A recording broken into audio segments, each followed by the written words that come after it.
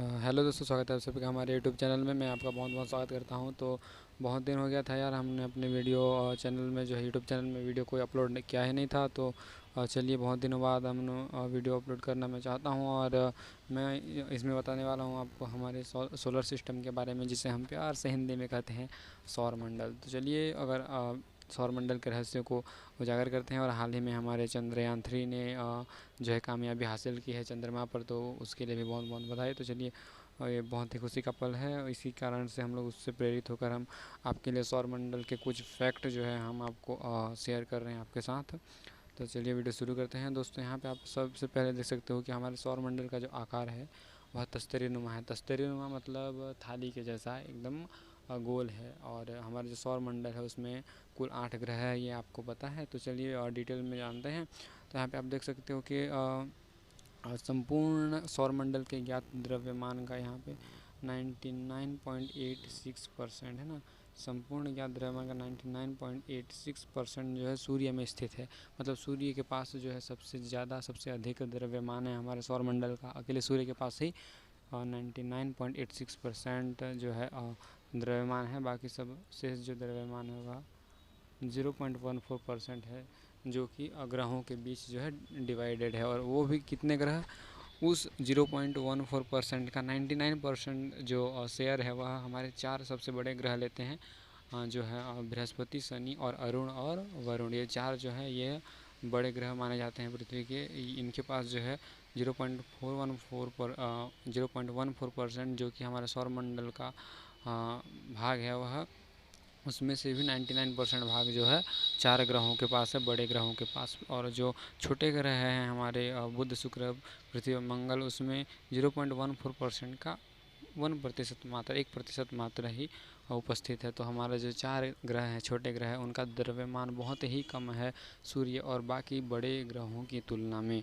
दोस्तों, यहाँ पे सूर्य का जो हमारे सौरमंडल की उत्पत्ति है वह हमको बताया जा रहा है यहाँ पे कि 4.568 बिलियन वर्ष पूर्व, मतलब लगभग 4.568 बिलियन वर्ष पूर्व एक बृहदाकार अंतरतारक आणविक बादल, मतलब जायंट इंटरस्टेलर मोलिक्यूलर क्लाउड के गुरुत्वाकर्षण द्वारा ध्वस्त होने से मानी जाती है।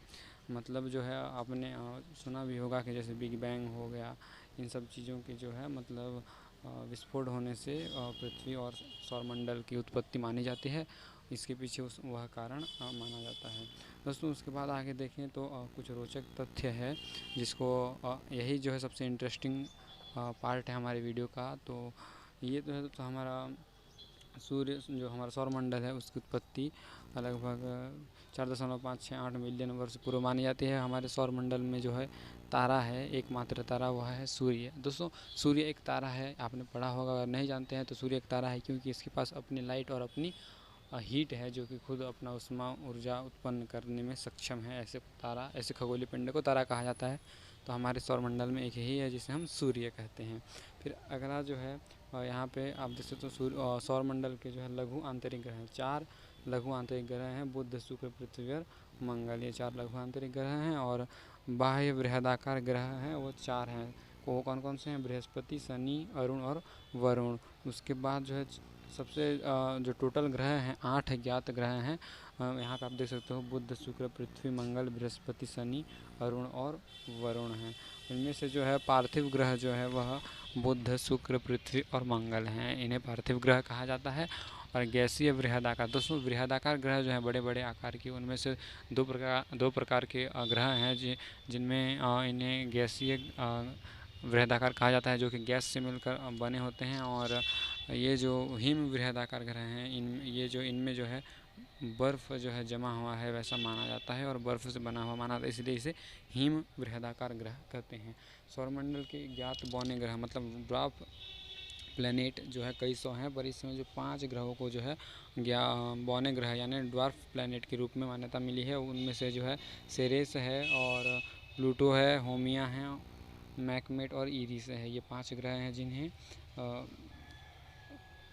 ड्वार्फ प्लैनेट या ज्ञात बौने ग्रह बौने ग्रह कहा जाता है या ड्वार्फ प्लैनेट कहा जाता है। सबसे निकटतम तारा जो है वह 2 तारे हैं हमारे सौरमंडल के। सबसे निकटतम तारा वो है, पहला है प्रॉक्सिमा सेंचुरी जो कि 4.22 प्रकाश वर्ष दूर है, और दूसरा है अल्फा सेंचुरी जो कि लगभग 4.37 प्रकाश वर्ष दूर है। हमारे सौरमंडल के सबसे नज़दीक के जो तारे हैं वह है प्रॉक्सिमा सेंचुरी और अल्फा सेंचुरी। फिर उसके बाद आप आगे देखेंगे तो यहाँ पे हमारे सौरमंडल टोटल जो ज्ञात उपग्रह अभी तक के जाने गए खोजे गए उपग्रह हैं वह 472 टोटल उपग्रह हैं। और फिर उसके बाद नेक्स्ट आप देखेंगे यहाँ पे ज्ञात माइनर ग्रह मतलब गौड़ ग्रह हैं, मतलब माइनर प्लैनेट्स हैं जिनकी संख्या 4,07,664 है।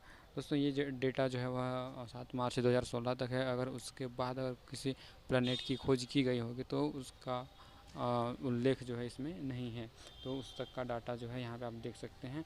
4,07,664 माइनर प्लैनेट्स हैं। फिर उसके बाद सौरमंडल के ज्ञात पुच्छल तारे मतलब कॉमेट्स टोटल कॉमेट्स जो हैं हमारे सौरमंडल में वह हैं 3,406 पुच्छल तारे अभी मौजूद हैं, खोजा गया है उनको। फिर नेक्स्ट जो है हमारे सौरमंडल में ज्ञात गोल उपग्रह 19 हैं। टोटल जो उपग्रह है वह हमारे सौरमंडल में 19 हैं। अगर आप स्क्रीनशॉट लेना चाहते हैं तो स्क्रीनशॉट भी ले सकते हैं। फिर उसके बाद अगला देखेंगे हम तो हमारे सौरमंडल की परिभ्रमण गति। दोस्तों आपको मतलब आश्चर्य मत होइए कि हमारे सौरमंडल भी किसी की परिक्रमा करता है। दोस्तों हमारा जो सौरमंडल है वह परिक्रमा करता है हमारे आकाशगंगा की। अगले पॉइंट में हम आपको इसके बारे में बताएंगे। तो यहाँ पे आप देख सकते हो कि परिभ्रमण गति जो है 220 किलोमीटर प्रति सेकंड है। दोस्तों इसका स्पीड आप जान सकते हो 220 किलोमीटर प्रति सेकंड है। और जो सौरमंडल की परिभ्रमण अवधि है, एक परिभ्रमण जो है एक चक्कर कितने समय में लगाता है तो वो है 225 से 250 मिलियन वर्ष, मतलब लगभग 22 से 25 करोड़ वर्ष में जो है यह अपना एक चक्कर पूरा करता है। फिर नेक्स्ट पॉइंट अगर हम बात करें तो है अपने सूर्य से संबंधित प्रमुख तथ्य है, मतलब अपने सन के बारे में कुछ इम्पोर्टेंट जानकारी है। दोस्तों यहाँ पे आप देख सकते हो कि हमारा सूर्य की स्थिति जो है कहाँ पर है, यह मंदाकिनी मिल्की वे मतलब दुग्ध मेघला वही आकाशगंगा है, इसके केंद्र से लगभग 30,000 प्रकाश वर्ष दूर स्थित है। दोस्तों हमारे सूर्य जो है प्रकाश हमारे आकाशगंगा के केंद्र में नहीं है, हमारे आकाशगंगा के एक छोर मात्र मतलब एक छोर के मतलब नज़दीक स्थित है, एकदम 30,000 प्रकाश वर्ष दूर स्थित है हमारे आकाशगंगा के केंद्र से। फिर अगला जो है पॉइंट है वह है सूर्य की परिक्रमा की गति जो है 250 किलोमीटर प्रति सेकंड मतलब 250 किलोमीटर प्रति सेकंड हमारा सूर्य जो है अपने आकाशगंगा को परिक्रमा करने में लगाता है। इतना स्पीड से वह गति करता है। दोस्तों सूर्य का परिभ्रमण काल 25 करोड़ वर्ष है, इसे ब्रह्मांड वर्ष भी कहते हैं। मतलब हमारा जो सौरमंडल है जितने समय में इनकी अपने आकाशगंगा की चक्कर काटता है उतने ही समय में लगभग उतने ही समय में हमारा सूर्य भी जो है अपने आकाशगंगा का परिक्रमा करता है। दोस्तों सूर्य अपने अक्ष पर पूर्व से पश्चिम दिशा की ओर परिभ्रमण करता है मतलब घूर्णन करता है। सूर्य अपने अक्ष पर पूर्व से पश्चिम की ओर मतलब जिधर से सूर्य उगता है उस दिशा से, मतलब पृथ्वी से नहीं भाई, मतलब वह जो है अपने अक्ष पर पूर्व से पश्चिम की ओर घूर्णन करता है। और अपने उसका जो घूर्णन समय है वह 24.7 से 35 दिनों में वह अपना एक घूर्णन पूर्ण करता है। मतलब आप सोच सकते हो कि सूर्य कितना बड़ा होगा जिसको अपने ही अक्ष पर एक चक्कर पूरा करने में 24 से 35 दिन लग जाते हैं। दोस्तों यहाँ पे अगला पॉइंट है सूर्य की व्यास कितनी है, 13,92,000 किलोमीटर है, जो कि पृथ्वी की व्यास का 110 गुना बड़ी है। पृथ्वी का व्यास जो है दोस्तों लगभग 6,300 कितना इतना ही है, 6,371 के करीब है लगभग। तो उससे जो है यह लगभग 110 गुनी बड़ी है। अगला पॉइंट क्या है, अगला पॉइंट है सूर्य पृथ्वी से 13 लाख गुना बड़ा है। अब आकार की बात आ गई तो सूर्य जो है मतलब एक सूर्य में लगभग 13 लाख पृथ्वी समा सकती है, सूर्य इतना विशाल है। अगला जो पॉइंट है वह सूर्य की केंद्र से सतह तक मेखलाएं। दोस्तों जैसे हमारी पृथ्वी में केंद्र से सतह तक अनेक परत होते हैं, जैसे क्रोड, प्रवार, भूपर्पट्टी। उसी तरह से सूर्य की संरचना में भी जो है परतें पाई जाती है उसके केंद्र से। तो उसका जो सबसे आंतरिक भाग होता है उसे क्रोड कहते हैं। फिर उसके बाद विकिरण मंडल आता है, फिर उसके बाद संवहनीय मंडल आता है। यह 3 जो हैं सूर्य के संरचना के भाग हैं। फिर उसके बाद जो पॉइंट आता है वह सूर्य के धरातल के ऊपर से, मतलब जो ये वाला पॉइंट है हमने चर्चा किया था, ये जो है सूर्य की आंतरिक भाग से है। और जो नीचे का जो पॉइंट है वह सूर्य के सतह से है, मतलब उसके सतह, जैसे हमारे पृथ्वी है इसके सतह पर मिट्टी है, फिर इसके ऊपर वायुमंडल है, उसमें हम लोग समताप मंडल, क्षोभ मंडल आदि का अध्ययन करते हैं। तो उसी प्रकार सूर्य के धरातल के ऊपर 3 मंडल होते हैं जिन्हें प्रकाश मंडल, वर्ण मंडल और कोरोना कहा जाता है। जी हाँ दोस्तों, कोरोना सूर्य का सबसे आउटर एरिया है। जैसे हमारा जो आउटर एरिया है वह वायुमंडल का ही एक अंग है, मुझे ठीक से अभी रिकॉल नहीं हो पा रहा है। तो वैसे ही सूर्य के धरातल से जो है सबसे आउट एरिया जो है वह उसे कोरोना कहते हैं, जहाँ जो हमें दिखाई देता है दोस्तों। और यह जो है इसमें इतना ही था इस वीडियो में। वीडियो कैसा लगा, अगर नॉलेज मिला हो तो हमारे इस वीडियो को लाइक ज़रूर कीजिएगा, और ऐसे ही वीडियोज़ के लिए शेयर, सब्सक्राइब एंड जुड़े रहिए हमारे साथ। बहुत बहुत धन्यवाद। Thank you.